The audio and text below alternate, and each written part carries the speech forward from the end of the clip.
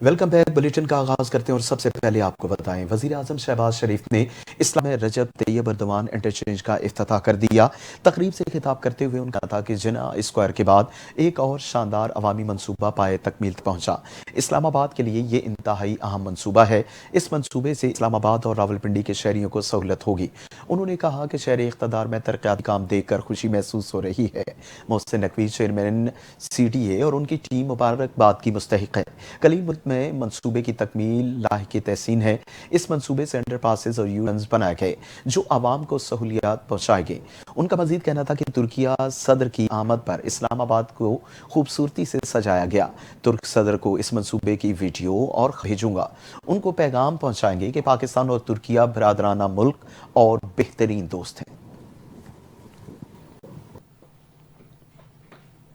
وزیر اعلیٰ پنجاب مریم نواز نے ایک بار پھر بانی پی ٹی آئی پر تنقید کے تیر چلا دیے۔ ناروال میں جلسے سے خطاب کرتے ہوئے انہوں نے کہا کہ اڈیالہ جیل کے علاوہ ہر جگہ سے اچھی خبریں آ رہی ہیں، صرف وہاں سے خط پر خط آ رہے ہیں اور منتیں کی جا رہی ہیں کہ مجھے بچا لو۔ مریم نواز نے کہا کہ نواز شریف کی قیادت میں ملک کو مشکلات سے نکالا گیا۔ ہم دن رات محنت کر کے عوام کی زندگیوں کو تبدیل کر کے رکھیں گے۔ جس نواز شریف کو مارنے اور گرانے کی کوشش کی گئی، آج مرکز میں اس کے بھائی اور پنجاب میں بیٹی کی حکومت ہے۔ مسلم لیگ نون کی حکومت عوام کی خدمت کر رہی ہے۔ بتایا جائے کہ کہاں ہے وہ پاکستان جس کے ڈیفالٹ کی باتیں کی جا رہی تھی۔ آج پاکستان کی معیشت ٹیک آف کر رہی ہے۔ عوام گواہی دے رہی ہے کہ نواز شریف نے پاکستان کو مشکلات سے نکال دیا۔ مریم نواز نے کہا کہ بانی پی ٹی آئی کے دور حکومت میں اسٹاک مارکیٹ کریش کر گئی تھی، جبکہ دہشت گردی ملک میں دوبارہ آ گئی تھی، لیکن آج سب کچھ اس کے برعکس ہے اور مہنگائی 38 سے 5% پر آ گئی ہے۔ انہوں نے کہا کہ پی ٹی آئی کے دور میں پنجاب سے ایک ہی خبر آتی تھی کہ گوگی یہ کھا گئی اور پنکی وہ کھا گئی۔ سفارش اور رشوت کے بغیر صوبے میں کوئی کام نہیں ہوتا تھا۔ میں نے ایک سال میں پنجاب میں دن رات ایک کر کے کام کیا۔ آج صوبے کو صاف ستھرا کیا جا رہا ہے، جبکہ روٹی 25 روپے سے 12 سے 13 روپے پر آ گئی ہے۔ پاکستان نے او آئی سی پر فلسطین کے 2 ریاستی اقدامات کے لیے اور زور دے دیا کہ فلسطین کا مسئلہ پاکستان اور مسلم دنیا دونوں کے لیے اولین ترجیح ہے۔ نائب وزیر اعظم اور وزیر خارجہ اسحاق ڈار نے او آئی سی اجلاس میں مزید کیا کہا، جانتے ہیں اس رپورٹ میں۔ نیو یارک میں اقوام متحدہ کے ہیڈ کوارٹرز میں او آئی سی کے اجلاس سے خطاب کرتے ہوئے اسحاق ڈار نے کہا کہ پاکستان او آئی سی کو اپنا بنیادی حلقہ سمجھتا ہے اور فلسطین کا مسئلہ پاکستان اور مسلم دنیا دونوں کے لیے اولین ترجیح ہے۔ پاکستان او آئی سی کی سنگین خلاف ورزیاں کر رہا ہے۔ غزہ میں سیز فائر پر عمل درآمد کے لیے ڈپلومیٹک راستے اپنانا ہوں گے۔ غزہ کی بحالی کے لیے سب کو اپنا کردار ادا کرنا ہوگا۔ اسرائیل لبنان میں مسلسل مسلح کارروائیاں جاری رکھے ہوئے ہے۔ مغربی کنارے میں اسرائیلی جارحیت کو روکنے کے لیے اقدامات بھی ضروری ہیں۔ نائب وزیر اعظم کا مزید کہنا تھا کہ مسئلہ فلسطین کا واحد حل اقوام متحدہ کی قراردادوں کے مطابق ہونا چاہیے۔ غزہ کے حوالے سے اسرائیل سیز فائر معاہدے کی پاسداری یقینی بنائی جائے۔ غزہ کی جنگ نے فلسطینی عوام کے لیے تباہ کن نتائج پیدا کیے۔ فلسطین کے مفادات اور عرب مسلم امہ کے مقاصد کو محفوظ رکھنے کے لیے کام کرنا چاہیے۔ پاکستان غزہ میں جنگ بندی معاہدے کے تحفظ کے لیے سفارتکاری کی حمایت کرتا ہے۔ اسحاق ڈار نے کہا کہ غزہ میں جنگ بندی معاہدے کے دوسرے اور تیسرے مرحلے کے نفاذ کے لیے سفارتکاری کی حمایت کرتے ہیں۔ ہمیں غزہ کے عوام کو مناسب انسانی امداد کی فراہمی کو یقینی بنانا چاہیے۔ فلسطینیوں کو بے دخل کرنے کی تجاویز کی سختی سے مخالفت کرنی چاہیے۔ مغربی کنارے میں اسرائیل کی پرتشدد بے دخلی کی مہم کو ختم کرنے کے لیے اقدامات کرنے چاہیے۔ وزیر خارجہ کا مزید کہنا تھا کہ ہمیں 2 ریاستی حل کے حصول کے لیے ٹھوس اقدامات کا آغاز کرنا چاہیے۔ سعودی عرب کے جاری کردہ بیان کی توثیق کرنی چاہیے۔ سعودی عرب فلسطینی ریاست کے قیام کو لازمی شرط قرار دیتا ہے اور او آئی سی کو اجتماعی طور پر اقوام متحدہ کی مکمل رکنیت کے لیے دباؤ ڈالنا چاہیے۔ ہمیں 2 ریاستی حل کو ناگزیر بنانا چاہیے۔ انہوں نے کہا کہ مشرق وسطی میں ایک بڑے چیلنج کا سامنا ہے۔ فتنہ الخوارج پاکستان سرزمین سے پاکستان پر کارروائیوں میں مصروف ہے۔ پاکستان ہر قسم کی دہشت گردی کی مذمت کرتا ہے۔ پاکستان نومبر میں فرانس اور امریکہ کی ثالثی میں معاہدے کا خیر مقدم کرتا ہے۔ جرمن پیپلز پارٹی بلاول بھٹو زرداری نے میونخ سیکیورٹی کانفرنس کے موقع پر جرمن میڈیا کو انٹرویو میں بڑی پیشکش کا اظہار کر دیا۔ بلاول بھٹو زرداری نے چین اور امریکہ کے درمیان تعلقات کی بحالی میں کردار ادا کرنے کے عزم کا اظہار کر دیا۔ انہوں نے مزید کیا کہا، جانتے ہیں اس رپورٹ میں۔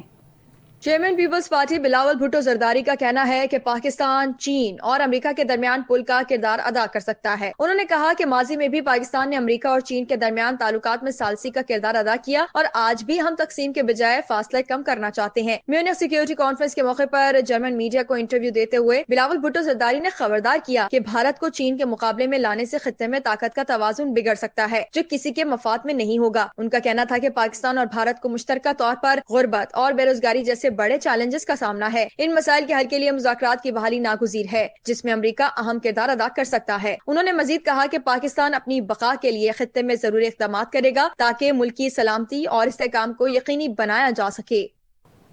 پاکستان میں کرکٹ کا جشن اپنے عروج پر ہے۔ 29 سال بعد پہلی بار چیمپئنز ٹرافی کی میزبانی پاکستان کو مل گئی۔ شائقین کرکٹ کا جوش اور جذبہ اس وقت عروج پر ہے۔ ہر طرف کرکٹ کی بہار ہے۔ کراچی، راولپنڈی، لاہور اور دبئی میں کرکٹ کے میدان سجنے والے ہیں جہاں چوکوں اور چھکوں کی بھرپور بارش ہوئی۔ پاکستانی کرکٹ کے شائقین، بچے، بڑے اور خواتین سبھی اس ایونٹ کے سحر میں مبتلا ہیں۔ میدانوں میں وکٹوں کے اڑنے اور شاندار کرکٹ کے تماشے سے کرکٹ کے اس جنون میں مزید اضافہ ہوگا۔ چیمپئنز ٹرافی کے میگا ایونٹ میں دنیا کی 8 بہترین ٹیمیں حصہ لے رہی ہیں جو چیمپئنز بننے کے پرعزم ہیں اور ان ٹیموں کے درمیان سخت مقابلے بھی متوقع ہیں۔ شائقین کو بہترین کرکٹ کی توقع ہے۔ ایونٹ میں شریک 8 ٹیموں کو 2 گروپس میں تقسیم کیا گیا جس میں مقابلوں کی مزید شدت میں اضافہ ہوگا۔ یہ ایونٹ نہ صرف کرکٹ کے شائقین کے لیے بلکہ پورے ملک پاکستان کے لیے ایک تاریخی موقع ہے۔ چیمپئنز ٹرافی کی میزبانی پاکستان کے کرکٹ کے میدان میں ایک نیا سنگ میل ثابت ہوگی اور اس ایونٹ سے کرکٹ کی دنیا میں پاکستان کی موجودگی مزید مضبوط ہوگی۔ آئی سی سی چیمپئنز ٹرافی سے قبل نیوزی لینڈ کے فاسٹ بولر لوکی فرگیوسن بھی ایونٹ سے باہر ہو گئے۔ فاسٹ بولر لوکی فرگیوسن کو وارم اپ میچ کے دوران پیر میں تکلیف ہوئی تھی۔ نیوزی لینڈ کرکٹ کے مطابق میڈیکل پینل کا کہنا ہے کہ فرگیوسن چیمپئنز ٹرافی کے لیے فٹ نہیں ہو پائیں گے۔ نیوزی لینڈ کے اسکواڈ میں لوکی فرگیوسن کی جگہ کیل جیمسن کو شامل کر لیا گیا ہے۔ چند دن قبل کیوی بالر بین سیئرز بھی انجری کی وجہ سے ایونٹ سے باہر ہو گئے تھے۔ آئی سی سی چیمپئنز ٹرافی کا پہلا میچ کل پاکستان اور نیوزی لینڈ کے درمیان کھیلا جائے گا۔ پاکستان کرکٹ ٹیم کے کپتان محمد رضوان کا کہنا ہے کہ ٹیم سے توقعات رکھنی چاہیے۔ ہمارے پاس اچھے کھلاڑی موجود ہیں، جو کمی ہے وہ بھی دور ہو جائے گی۔ کراچی میں پریس کانفرنس کرتے ہوئے انہوں نے کہا کہ چیمپئنز ٹرافی کی میزبانی ملنا خوشی کی بات ہے۔ خوشی ہوتی ہے جب ٹیم کی مشترکہ کوشش سے میچ میں کامیاب ہوں۔ محمد رضوان نے مزید کہا کہ پوری قوم چیمپئنز ٹرافی کو انجوائے کرے۔ 29 سال بعد پاکستان آئی سی سی ایونٹ کی میزبانی کر رہا ہے۔ اس طویل عرصے میں پاکستان کو کامیابیاں بھی ملی ہیں۔ محمد رضوان کا کہنا ہے کہ حارث رؤوف 80% فٹ ہیں۔ انہوں نے بولنگ بھی کی، جم بھی کر رہا ہے۔ قومی ٹیم کے کپتان نے مزید کہا کہ ہم سینئر پلیئر ہیں، ہماری ذمہ داری زیادہ بنتی ہے۔ کوئی ایسی بات نہیں ہوئی کہ بابر اعظم اوپن نہیں کرے گا۔ ہماری کارکردگی میں تسلسل نہیں ہے۔ کھلاڑی کے سیکھنے کا عمل جاری رہتا ہے اور ان کا یہ بھی کہنا تھا کہ ہمیں نیوزی لینڈ سے زیادہ اچھا کھیلنا ہوگا۔ ہر کھلاڑی پر امید ہے اور خواہش رکھتا ہے کہ پاکستان کو ٹائٹل مل جائے۔ ہم اپنی بہترین پرفارمنس دینے کی کوشش کر رہے ہیں۔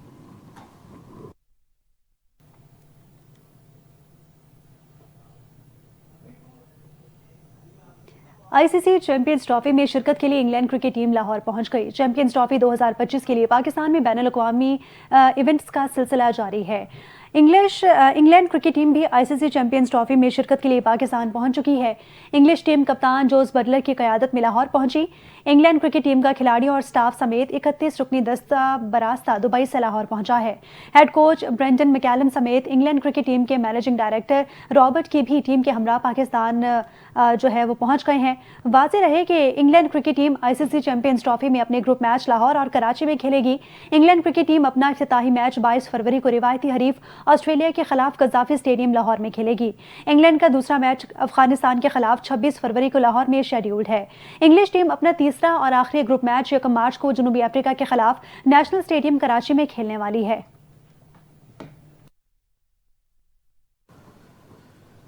قومی اسمبلی نے کشمیری عوام کو خراج تحسین پیش کرنے کی قرارداد متفقہ طور پر منظور کر لی۔ قومی اسمبلی کے اجلاس میں قرارداد وفاقی وزیر برائے امور کشمیر امیر مقام نے پیش کی۔ قرارداد میں کشمیریوں کی اخلاقی، سفارتی اور سیاسی حمایت جاری رکھنے کا اعادہ کیا گیا۔ قرارداد میں مقبوضہ جموں کشمیر میں بھارتی مظالم اور تشدد کی سخت مذمت کی گئی۔ ایوان نے مسئلہ کشمیر کے حل کے لیے اقوام متحدہ کی سلامتی کونسل کی قراردادوں پر عمل درآمد کا مطالبہ کیا۔ اجلاس کے دوران اظہار خیال کرتے ہوئے پی ٹی آئی کے رہنما عامر جوگر نے کہا کہ ہم اس کارروائی کا حصہ بنے ہیں کیونکہ کشمیر ہم سب کا ہے۔ عامر جوگر کا کہنا تھا کہ پاکستانی قوم کشمیریوں کے ساتھ کھڑی ہے۔ ہم نے اپنے دور میں کشمیریوں کا مسئلہ دنیا بھر میں اٹھایا۔ آج ہماری خارجہ پالیسی تذبذب کا شکار ہے۔ انہوں نے کہا کہ آج جہاں مودی نواز حکومت ہے انہیں کشمیریوں کا کوئی خیال نہیں۔ آج ملک میں فسطائیت اور غنڈہ گردی ہے۔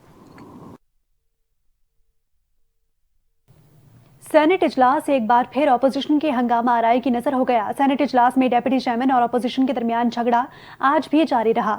Deputy chairman senate Saidal Khan ناصر نے کہا کہ اپوزیشن کے 3 ممبران نے غلط باتیں کی۔ 3 ممبران کی رکنیت معطل کر سکتا ہوں لیکن نہیں کروں گا۔ اسٹیٹ بینک ترمیمی بل کو مؤخر کرتا ہوں۔ اسٹیٹ بینک ترمیمی بل آرٹیکل 74 سے اختلاف رکھتا ہے۔ جب تک بل پر قانونی آئینی معاملہ طے نہیں ہوتا تب تک بل مؤخر ہوگا۔ شبلی فراز نے کہا کہ رولز کے مطابق آپ کو ووٹنگ کا نتیجہ بتانا ہے۔ شبلی فراز نے ڈیپٹی چیئرمین سینٹ کے استعفے کا مطالبہ کر دیا اور کہا کہ آپ نے اپوزیشن سینیٹرز کو بھونکنے سے تشبیہ دی ہے۔ اپوزیشن اراکین نے ڈائز کا گھیراؤ جاری رکھا اور مسلسل نعرے بازی کرتے رہے۔ ارکان نے چیئرمین سینٹ کو بازیاب کرو، گیلانی کو بازیاب کرو، ڈیپٹی چیئرمین استعفیٰ دو، گیلانی کو واپس کرو کے نعرے لگائے۔ سینٹ کا اجلاس 21 فروری 2025 بروز جمعے 10:30 بجے تک ملتوی کر دیا گیا۔ پاکستان کے معاشی حالات سدھرنے لگے اور نئی امید کی کرنیں روشن ہو گئیں۔ پنجاب کے مختلف شہروں سے تعلق رکھنے والے اراکین پنجاب اسمبلی نے سابق وزیر اعظم نواز شریف اور وزیر اعلیٰ پنجاب مریم نواز سے ملاقات کی۔ ان کی کاوشوں کو سراہا۔ اس حوالے سے اس ملاقات میں کیا بات چیت ہوئی جانتے ہیں اس رپورٹ میں۔